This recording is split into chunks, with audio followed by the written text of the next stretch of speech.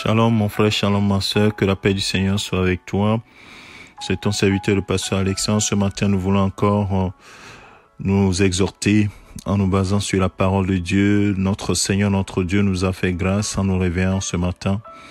Depuis le début de la semaine, nous parlons de la victoire que Jésus-Christ a acquise pour nous. Il nous a donné toutes les armes pour que nous puissions revêtir ces armes et toujours marcher dans cette victoire. Et ce n'est pas nous qui avons acquis cette victoire, c'est nous qui sommes les bénéficiaires aujourd'hui. C'est pour cela que notre marche doit être une marche qui ne donne pas accès à l'ennemi de reprendre le contrôle des choses. Même s'il a été déjà vaincu, il a encore la puissance pour séduire et avoir accès encore à des vies et les mettre de nouveau sous sa domination. C'est pourquoi dans l'épître de Jacques, le chapitre 4, l'auteur, en exhortant l'Église, va l'exhorter à éviter les conflits, les luttes qui sont au milieu d'elle et à ne pas donner accès à l'ennemi à partir du verset 1. Et le verset, je commencerai par le verset 5. Et en donnant les raisons pour lesquelles il dit cela, il dit, croyez-vous que l'Écriture parle sans raison?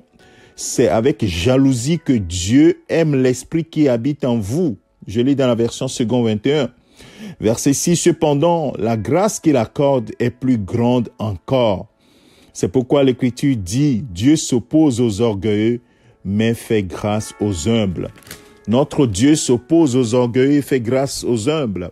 Parce que sa grâce est pour ceux qui sont pauvres en esprit, ceux qui savent que c'est Jésus qui est leur vie. C'est pourquoi dans le verset 7, il dit, vous devez avoir une attitude qui est claire. Soumettez-vous donc à Dieu, mais résistez au diable et il fuira loin de vous. Bien-aimés, l'image est très claire.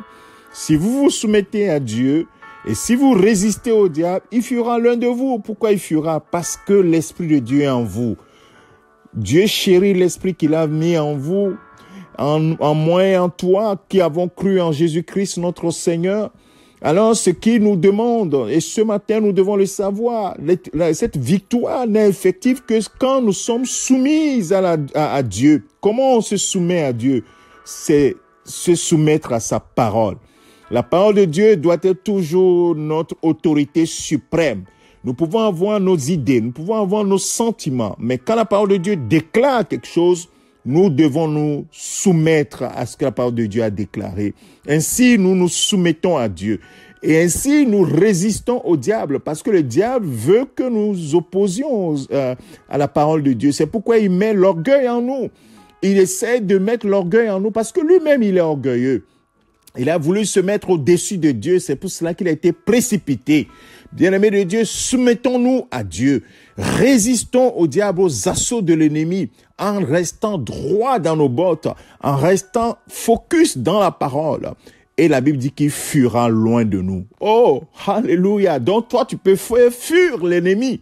En faisant quoi? En te soumettant à Dieu et en résistant à toutes les propositions qu'il te fait. Que toute la gloire revienne à notre Seigneur. Nous comprenons encore davantage que la grâce que le Seigneur nous a donnée est une grâce plus excellente que tout ce que nous pouvons imaginer. Cette grâce est tellement excellente. Je prie que le Seigneur, notre Dieu, confirme ses paroles dans ton cœur. Soumets-toi à Dieu. Dieu, la parole de Dieu, la Bible dit que au commencement était la parole était avec Dieu et la parole est Dieu. Soumettez-vous donc à Dieu, soumettez-vous donc à la parole de Dieu, résistez aux idées de Satan, résistez à ses suggestions et il fuira loin de vous. Gloire à notre Seigneur, notre Dieu. Quelle merveilleuse révélation que le Seigneur nous donne encore ce matin comme guide. Bien-aimés, que notre vie soit une vie basée sur la marche dans la victoire en nous soumettant à l'autorité de Christ, à l'autorité de la parole de Dieu et à résister aux suggestions de l'ennemi. Que toute la gloire lui revienne, notre Seigneur, notre Dieu, au nom de son Fils Jésus-Christ. Je te souhaite une excellente journée dans la victoire et dans le règne de Jésus-Christ. Que le Seigneur te bénisse et qu'il te fortifie à te soumettre à sa parole avec humilité, avec beaucoup d'amour, avec beaucoup de joie. Parce que c'est là que la grâce est encore plus abondante pour toi et moi. Au nom de Jésus-Christ. Amen. Excellente journée à toi. Merci.